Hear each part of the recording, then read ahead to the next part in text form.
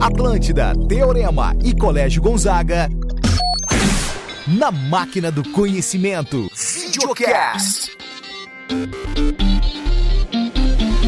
Salve, salve audiência aqui da Atlântida, salve, salve audiência da nossa máquina do conhecimento. Estamos entrando no ar para mais um programa aqui, nossos parceiros da Fábrica Podcast, que emite, que manda esta qualidade excelente que você está recebendo aí na máquina do conhecimento, nesse baita estúdio aqui, certo? Encravado no Parque Una. Galera, então, da Fábrica Podcast e também, obviamente, com a assinatura, com a chancela de Teorema e Colégio Gonzaga, a Atlântida, junto com todas essas parcerias. Então, para a máquina do conhecimento Videocast, chegando por aqui para mais uma máquina falando de Enem. E trazendo aqui, é claro, as estrelas e as cabeças que fazem parte do Teorema e do Colégio Gonzaga para falar com a gente hoje. Atenção! Hoje vamos falar de História, Geografia e Filosofia. Vamos falar aí um pouco dessas três áreas, esses três campos do conhecimento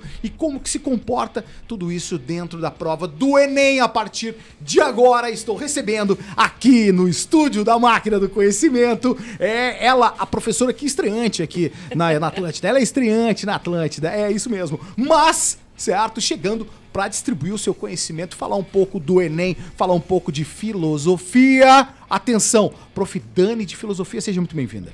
Olá, galera, boa tarde, tudo bem, Marcinho? Boa tarde, boa noite, bom dia. Estamos aqui, né, num podcast, a galera vai poder ver a hora que quiser. Seja muito bem-vinda. Muito obrigada. Show de bola. Vamos falar sobre filosofia, mas também vamos falar de história. Ela que já esteve aqui no nosso... Vai estar, na verdade, você vai procurar e vai achar lá no programa do PAV, ok? Falando um pouco de história, um pouco não, bastante de história. Tayane, seja muito bem-vinda. Obrigada. Estamos aí para conversar mais um pouquinho sobre o Enem. Vai ser um prazer. Show de bola. O prazer é todo nosso. E ele, o nosso, enfim, né, cara, nosso jogador caro, certo? Um dos nossos jogadores caros, exatamente. Ele que é envergonhado, mas chegamos aqui a essa etapa da máquina do conhecimento Videocast, que agora é só a carinha que está lá, Marzulo, professor de Geografia. Seja muito bem-vindo. Valeu, Marcinho. Obrigado pelo convite. Estamos aqui para esclarecer um pouco como é que é essa prova do Enem para o nosso aluno. Sensacional. Vamos destrinchar a prova do Enem a partir de agora e a gente começa o nosso programa com sempre aquelas, digamos assim, percepções de cada um dos professores em relação aí a como se comporta a sua área do conhecimento frente a essa prova do Enem, que é uma prova nacional, enfim, que tem todos, digamos assim, tem toda uma técnica que daqui a pouco é desenvolvida, né, pelas pessoas que fazem a prova, as pessoas que na verdade corrigem a prova, enfim, e que estão por trás, e a gente vai ver mais ou menos agora, a partir de agora, e eu vou começar com ele, Marzulo, por favor, fala de geografia, vamos falar de como se comporta a geografia ao longo do tempo, como é que a prova do Enem aí, ela apresenta a geografia pro aluno, ok? Ao longo dos anos, porque a prova aí tem alguns anos já, né, e a gente tem algumas mudanças, modificações, enfim. A prova andou sofrendo umas modificações mesmo, né, ela veio mudando com o tempo na medida que as questões também foram mudando. E a geografia, ela muda, ela altera a forma, a abordagem do conteúdo, né? Então, a partir dos anos de 2020 para cá, a prova começou a ter um caráter mais contextualizado, mas é um contextualizado que aborda o conteúdo em si. Então, a prova começou a te exigir saber conceitos que antes ela não exigia. Olha só. E isso faz com que o aluno não tenha mais a possibilidade de ir para a prova de coração aberto, sem estudar e vou fazer porque eu vou passar. Né? Ela começou a obrigar o aluno realmente a estudar, a conceituar. Né? A prova teve mudança. Eu acredito que a prova de geografia ela ficou mais acessível agora. Né? Boa. Porque ela vai cobrar daquele aluno que estuda e vai diferenciar mesmo aquele que faz por fazer. Então ela ficou mais acessível, mas ela fica mais acessível para realmente colocar aquele dentro da universidade que realmente estuda, né? A galera que tá dedicada, que tá né, dedicada, que passa um tempo estudando, né? Que vai lá, paga um cursinho para estudar ou que se dedica e dedica o seu tempo para aquilo ali, né? Exatamente. Enfim, passamos então, pulamos aqui, vou direto aqui para filosofia. Dani olhou para outra, uma olhou para outra, quem vai ser, quem sou eu, enfim, falando quem sou eu, quem é você. ABC, enfim, tudo mais. A filosofia caindo na Olha mesa. só, olha É só. sensacional isso. Dani, por favor, a tua percepção ou a filosofia, ela, entre aspas, é recente na prova. É entre aspas, né, cara? Sim. Porque ela vem acompanhando sempre as demais disciplinas, Sim. né, e exigindo do aluno aquela questão que a gente sempre fala aqui, que é a leitura. Com certeza. Certo? A filosofia, como é que ela se comporta na prova do Enem? Hoje a gente pode perceber que as questões de filosofia elas são bem conteudistas, né? Então exige uma atenção, uma leitura atenta do aluno Olha aí. e também é muito importante que ele consiga situar cada pensador dentro do contexto histórico, social só. e político. Porque, como eu digo, ninguém se acorda numa bela manhã de sol querendo escrever a obra O Príncipe, né? Atenção, como hein? guia de conselhos para os governantes. Então, tudo parte da análise do próprio tempo. Então, o Maquiavel, quando escreveu essa obra, por exemplo, ele estava muito preocupado com a instabilidade política daquela época. Então, é importante a gente levar em consideração todas as influências Boa. que trouxeram, suscitaram nesses autores a importância de criar essas obras, né? Então, acho que o primeiro ponto, assim, para sair bem nessa prova é isso. Uma leitura atenta, uma boa interpretação Boa. e saber situar qual período e qual momento histórico está, né, esse autor. Ou seja, contextualização total, Com né? certeza. Muita leitura do aluno de mundo, inclusive, dentro, obviamente, de uma leitura de conteúdo. Né? Sim. Ele não pode deixar de lado isso aí também. Com Conhecimento, certeza. por exemplo, específicos, né? Inclusive de datações, né? Daqui a pouco o cara vai ter que Exatamente. saber. Então é importante perceber que mesmo que sejam questões específicas de filosofia, ter um conhecimento prévio de história, de geografia, isso também vai te ajudar a Boa. conseguir situar esse autor e conseguir interpretar a questão da melhor forma possível. Pô, sensacional, hein? E assim a gente pula automaticamente, tá indo pra história. E baita Porque- gancho, né? Um baita de um gancho, né? Por favor. Dani, assim, ó, o que a gente pensa assim, sobre essa prova, né, como professora de ciências humanas? A inter-relação, a história se interdisciplinalizou muito, tanto com a geografia quanto com a filosofia. Tem gente que reclama, professora, cadê o conteúdo de história nessa prova? Cadê o conteúdo de história? Gente, a história Que show tá da Xuxa é presente. esse? Que show da Xuxa é esse?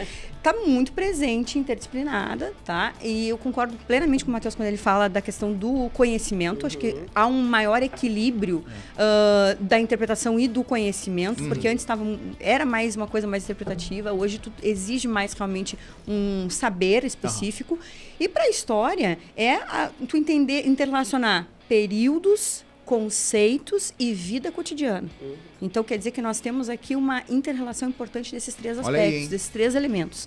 Então, a leitura de mundo, como tu disse, ela é super importante, mas tem que ter o conhecimento também, saber em que momento histórico, o que estava acontecendo nisso e o que tem a ver com o nosso momento hoje. Olha aí, hein? Então, por isso que temas como escravidão, eles são recorrentes na prova. São, hein? Porque é um momento que a gente está sempre tendo que pensar sobre isso. Sim. Então, são reflexões atuais que nos orientam lá para o passado, a E história. aí eu já vou te fazer um outro gancho aqui. Dá-lhe. Você tá falando de conteúdo, eu vou falar de, digamos assim, estrutura. Estrutura da prova de história. Muitos textos? Textos Então, longos? O ó, aluno vai enfrentar isso? Bom, olha aqui, ó.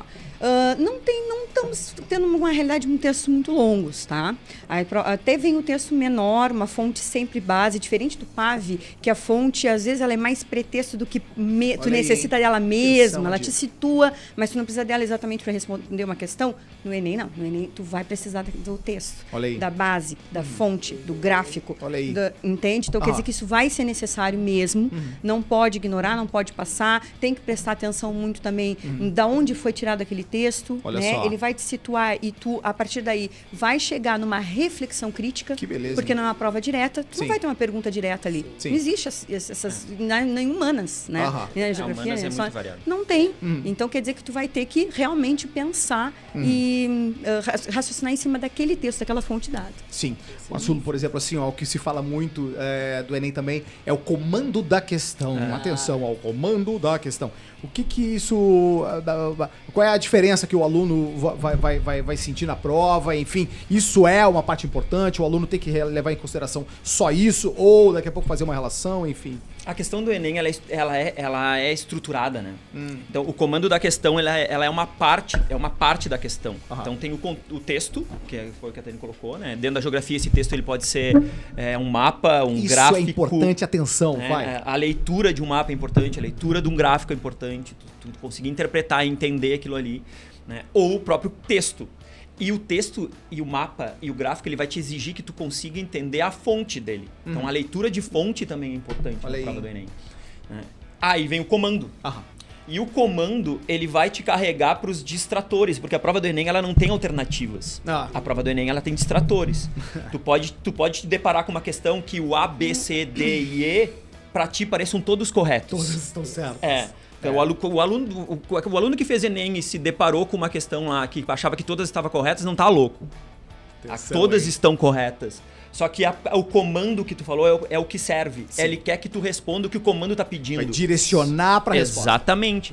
E aí tu precisa ler aquele comando e a partir daquele comando tu chegar na mais correta. Atenção. Né? E a geografia e as ciências humanas, né, gurias? Total. Ela é assim. É assim. Né? Então tem toda essa mudança, né, de leitura para uma prova de ciências da natureza ou das exatas para geografia humana. Para as ciências humanas em si. Não, é interessante. E da filosofia, por exemplo, a galera vai pegar questões como assim, analise as assertivas. Aí cada assertiva é uma teoria diferente. Mas isso que o Matheus falou também acontece nas questões de filosofia, né? Porque dentro da filosofia, cada filósofo, ele acabou abordando inúmeras áreas. Então, tu vai ver, por exemplo, né, o Platão, que vai falar sobre epistemologia, vai falar sobre política, né? E Aristóteles, que foi um filósofo muito completo também, falando de metafísica, política, ética. Então, essa coisa de tu direcionar a leitura para o que está sendo solicitado ali na questão é muito importante para ver se esse aluno está atento a essa interpretação. Então, as alternativas serão a maioria verdadeira, relacionando as temáticas desse filósofo, porém, tem que limitar a interpretação que está sendo solicitado no comando, né? Então, é interessante perceber que eles acabam cobrando outras áreas de forma quase que implícita ali, mas tu tem que saber qual conteúdo está sendo cobrado ali especificamente. Atenção para a exigência que o aluno tem na prova do Enem, né? É uma série de análises que tem que ser feita. É diferenciada.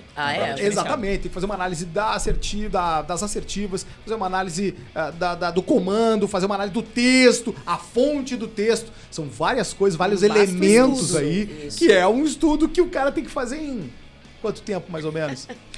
3 minutos. Sensacional! Você vai pro corte.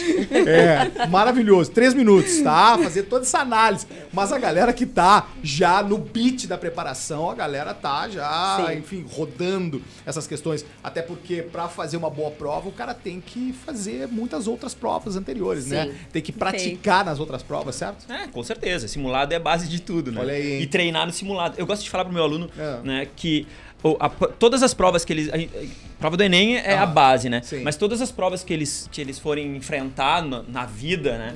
A prova ela não é feita só pela leitura. Sim. A prova é feita por aquilo que ele tá entendendo da leitura e a prova é feita por aquilo que ele tá arriscando, conceituando. Isso. Um aluno que faz uma prova, que ele entra na prova do Enem, sentou e leu a prova e saiu da prova do Enem só com a grade marcada, esse daí tá um abraço. Né? Porque ou tu risca, ou tu conceitua, ou tu marca, circula e entende aquilo que tu tá lendo. Boa. Ou senão a prova do Enem de humanas ela vai passar voando na tua frente. Sim. Ela é feita pra isso. Ela é feita pra tu pegar um lápis na hora. Dá pra usar lápis? Acho que dá. Raciocínio. Dá pra usar um lápis ali ou a caneta mesmo. Vai ali, risca e marca, vai aponta, enfim. Não é só na matemática que o cara tem que fazer ali o rascunho. Tem que fazer o rascunho também nas ciências humanas. Certo? É isso? Exatamente. Tem que escrever, tem que apontar, tem que analisar, enfim, meus camaradas. E agora é o seguinte, a gente entra rapidamente agora em alguns pontos. Vamos lá. Vamos pegar de 2 a 3 pontos, tá? Dos mais importantes daqui a pouco. Cada professor aqui enxerga na prova do Enem, daqui a pouco fazendo aquela análise. Atenção, todos aqui muito experientes na prova do Enem, já estudaram essa prova e participaram dessa prova já em momentos anteriores, fazendo essa análise, certo? O que são aqueles pontos que daqui a pouco dentro do conteúdo da geografia, da história e da filosofia, galera, se liguem nesses conteúdos. Vamos começar pela filosofia, Dani. Bom, galerinha, assim, existem 3 áreas que eles adoram cobrar na prova do Enem, e aí a cada ano vai mudando o autor que fez a contribuição. Olha aí. Então é importante a gente ficar atento às teorias éticas, à epistemologia e à política. Quando a gente fala de teorias éticas, é importante lembrar do Aristóteles, que tem uma ética teleológica. Olha aí. Na ética aristotélica, tudo tende a um fim, a um telos. No caso do Aristóteles, seria encontrar a verdadeira felicidade. Só que não se confundam. Todo mundo acha que ele quer que as pessoas busquem a virtude, mas não. Todo mundo quer ser feliz. Só que para tu encontrar a verdadeira felicidade, tem o pré-requisito que é encontrar a virtude. E aí a gente pensa qual o papel da razão dentro da ética aristotélica para encontrar o equilíbrio nas tomadas de decisões, adquirir a virtude por meio do hábito e alcançar a verdadeira felicidade. Só que essa ética é uma ética que faz parte da antiguidade. Existe na modernidade a ética kantiana, a ética deontológica, que é a ética do dever, onde as ações são julgadas pelo ato em si e não em virtude das suas consequências. Então é importante pensar que aí nós temos também a importância da razão, né? Olha só. Para conseguir trazer essa universalização da ação moral em busca, né, do bem. E nós temos também uma ética contemporânea. Atenção, ela tá falando das éticas aqui, tá certo? Ela tá dando a primeira dica ainda, tá bem? A ética contemporânea, que é uma ética consequencialista do Stuart Mill, Jeremy Bentham. E esses autores, eles não vão analisar a ação como sendo moralmente correta ou incorreta pelo ato em si, mas vai ser em virtude das suas consequências. Então é importante perceber que cada período histórico teve a sua contribuição importante dentro dessas áreas da ética. Olha só, e puxando para aquela super dica, atenção, né, a gente pode pensar também a ética consequencialista relacionando ao conceito de panóptico do Michel Foucault. Olha lá, né? hein? Então essa estrutura de vigilância, né, que tem a ver com a ética utilitarista dentro do consequencialismo, né? Então a teoria consequencialista tem uma corrente filosófica que é o utilitarismo, aonde a gente busca sempre também a felicidade do maior número de pessoas, né? Então dentro da ética é muito importante lembrar disso, né? Sensacional. Dentro da política, não esqueçam do nosso querido filósofo renascentista que marca o pensamento político moderno, Maquiavel. Olha aí. Né? Que faz a separação entre ética e política. Isso é muito importante, conceitos de virtude e fortuna. Qual foi a intenção desse filósofo ao criar esse manual de guias de conselhos para os governantes? E não podemos esquecer jamais dos contratualistas, né? Jean-Jacques Rousseau, Thomas Hobbes, John Locke, conceito de estado de natureza, contrato social e sociedade civil, como que se dá essa passagem do estado de natureza para a sociedade civil. E assim, né, a super, porque todos esses pontos são super importantes. Muitas dicas. Que tem a ver com a epistemologia, né, epistemologia moderna. Então, os conceitos de empirismo e racionalismo, principalmente René Descartes, no discurso do método, né, o John Locke, que é um empirista, dialogando com o racionalismo do Descartes. Então, é muito importante perceber essa discussão moderna que o Immanuel Kant resolve depois com a teoria do criticismo, né. Então, esses autores, eles são muito recorrentes nas provas, né? Então, tem que ficar atento a isso. Tem que ficar atento. Atenção, filosofia e os seus autores e as suas épocas e as suas contextualizações. É isso aí. Atenção. Vamos pra geografia. Marzulo, por favor, fala pra aquela câmera lá, certo? Aquelas 2 ou 3 dicas, assim, matadoras. 5. Atenção, 5 rápida, hein? Vamos lá. 5 pra ti na rápida, vai. Não, a geografia, ela por muito tempo, ela lutou para ter um objeto de estudo, né? Para o qual ela estudar, o que ela estudaria, porque ela por muitos e muitos anos ela foi confundida com as ciências da natureza. E é exatamente por esse motivo que a geografia está dentro agora da prova do Enem, dentro das ciências humanas. E se ela é uma geografia que está dentro das ciências humanas, ela vai começar, então, o aluno vai se dar com uma abordagem onde o ser humano está inserido em todas as questões. Então, tu tem uma prova que exige com que o aluno faça uma leitura muito ampla e essa leitura ampla sempre buscando aquelas interferências do ser humano no meio. Boa, hein? Tá? A geografia, ela vai te cobrar cartografia, com certeza, na prova do Enem. Essa daí é o escape da geografia física da prova. E aí, aquela imagenzinha, aquele mapa. Aquela coordenada. Aquele mapa aquela maroto, interpretação e aquela leitura. interpretação e leitura. Aquilo ali vai estar presente na tua prova. E aí, a partir dali, tu vai ter as questões, né, ambientais, onde onde o ser humano está inserido, né, nos impactos ambientais, dos biomas, as queimadas, o avanço da agricultura e da pecuária sobre os principais domínios morfoclimáticos no Brasil. Tá? A questão da demografia, transição demográfica, leitura de pirâmide etária, caracterização das teorias demográficas. Isso é muito importante, está sempre presente na tua prova do Enem. Urbanização, transformação do espaço urbano a partir das relações do ser humano no meio, macrocefalia urbana, impactos ambientais do espaço urbano, ilha de calor, inversão térmica, efeito estufa, são questões presentes também na tua prova. O espaço agrário e as transformações do espaço agrário no Brasil. Olha aí, hein? Importante. Tá? Atenção à dica. O espaço agrário ele sofre transformações dentro do contexto histórico, né, Tayane? E o Brasil ele tem uma particularidade, uma concentração de terras que não vem de agora, ela vem lá do período colonial, lá das capitanias. 1850. Isso, aí, né? Lei de das terras. capitanias hereditárias. Depois vai ter lá uma lei de terras em 50, depois tu vai ter lá, né, uma lei do trabalhador rural, né, que vai criar um processo de desemprego generalizado no campo, né, já pré-estabelecido para a entrada de uma revolução verde. Então tu tem todo um contexto ali do espaço agrário que vai ser cobrado na tua prova. Então a prova de geografia ela é uma prova muito direta para o nosso aluno, né, e que exige uma leitura de tempo, né? Sim. Então ele vai ter que sempre fazer uma relação com a história. Boa. Dentro da geografia. Boa. Porque a história ela vai te trazer muito essa relação de tempo com o atual, né? O tempo passado com o atual. A contextualização com o contemporâneo. Com o tempo contemporâneo. Então, a prova de ciências humanas é um geral, né? É uma abordagem geral entre as disciplinas. E a geografia prega com que o aluno faça essa inter-relação. A geografia ela é interdisciplinar, né? Sim. A geografia exige essa interdisciplinaridade. E o aluno vai ser cobrado disso. A geografia flerta aí com a biologia, Com a muito biologia, fortemente. muito. Com a química, em algum momento. Sabe, Marcinho, que a biologia, ela tem a geografia e a biologia, elas casam em certo ponto, né? Mas a prova do Enem, ela faz uma diferenciação em relação a isso. A biologia está dentro das ciências da natureza. Sim. E aí aqueles conceitos, aí tu te liga nisso, aqueles conceitos da biologia, né, que na biologia são chamados de fitologias, né, fitológicas, tipos de folha, tipos de vegetação, botânica. Né? Botânica.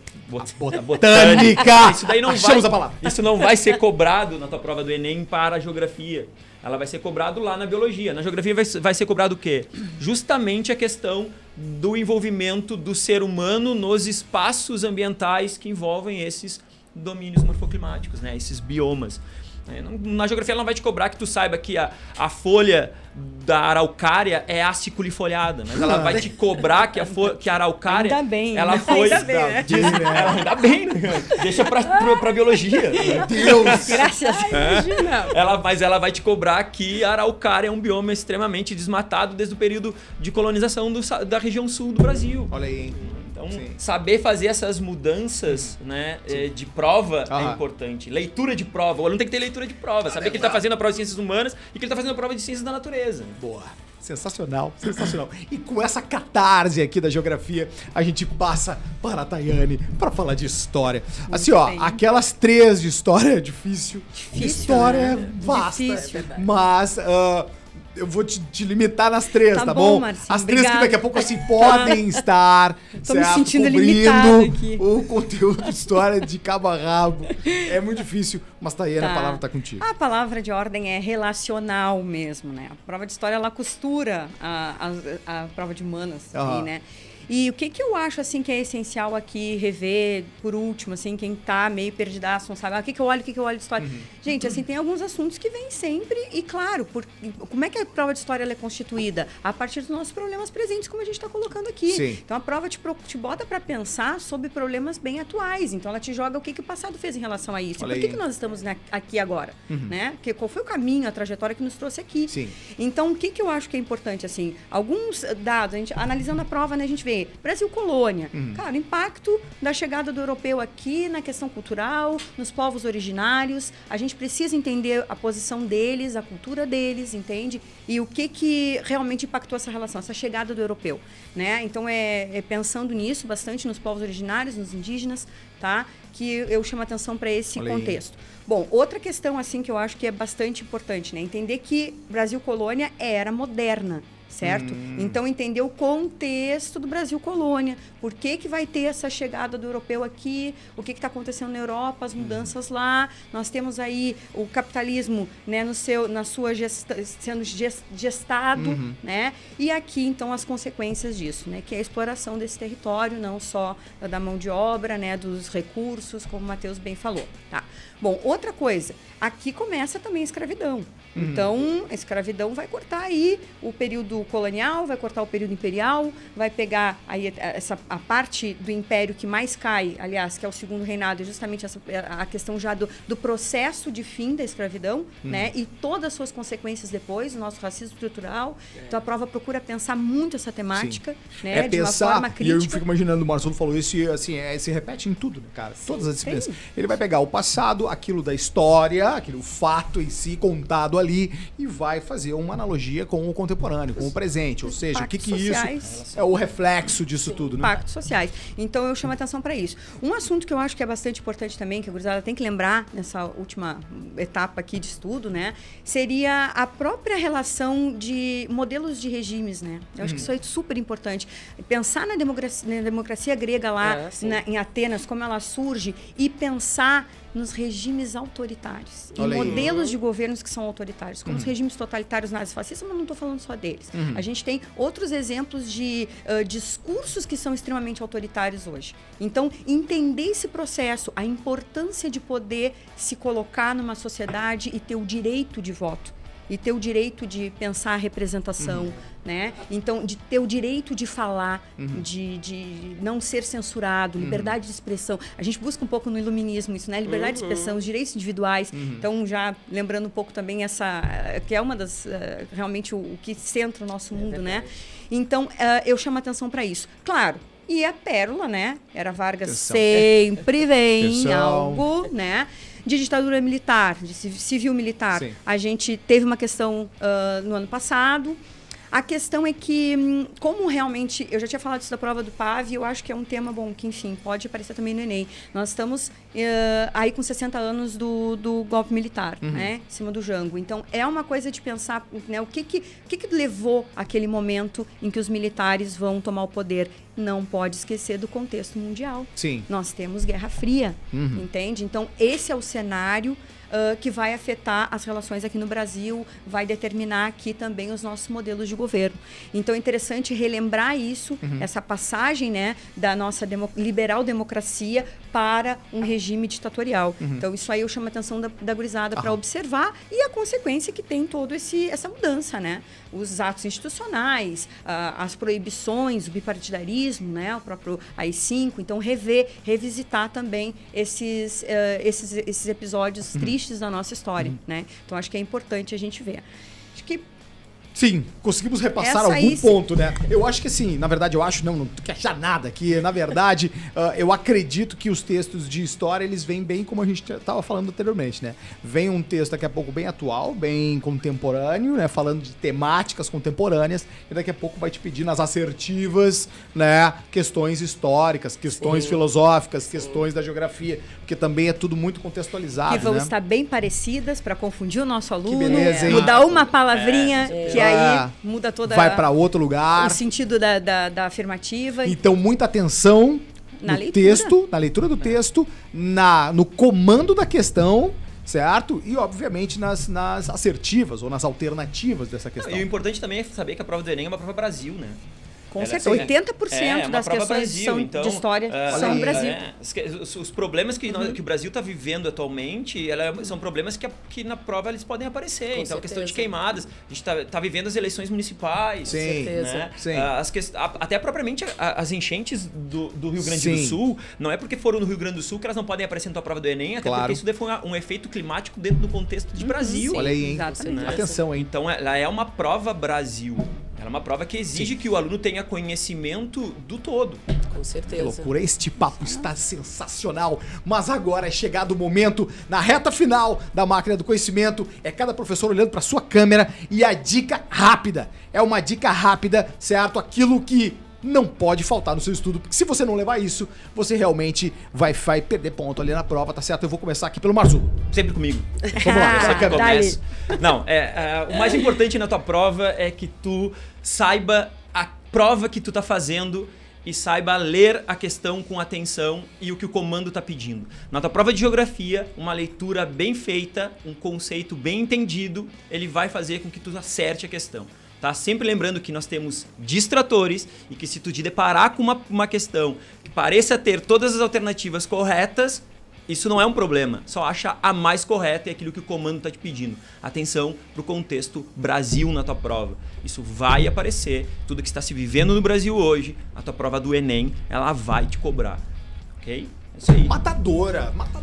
Eu vou pra Dani de filosofia, olha lá pra tua câmera, lá em cima, ó, certo? Dani, a matadora, aquela que a galera, sem isso, você não vai fazer uma boa prova. Ó, galera, eu acho que a grande sacada é perceber que o único inimigo é você mesmo e a sua ansiedade na véspera dessa prova. Então, assim, administrar o tempo, fazer uma leitura atenta, saber eliminar as questões, identificar o que é errado já é um caminho para encontrar o que é certo, certo? Então, não esqueçam de contextualizar o autor, lembrar de qual período histórico, fica muito mais fácil da gente relembrar qual foi a temática dele, lembrando desse contexto cultural, social, político da época, né? Como eu digo e repito, ninguém se acorda numa bela manhã de sol querendo escrever a República, né?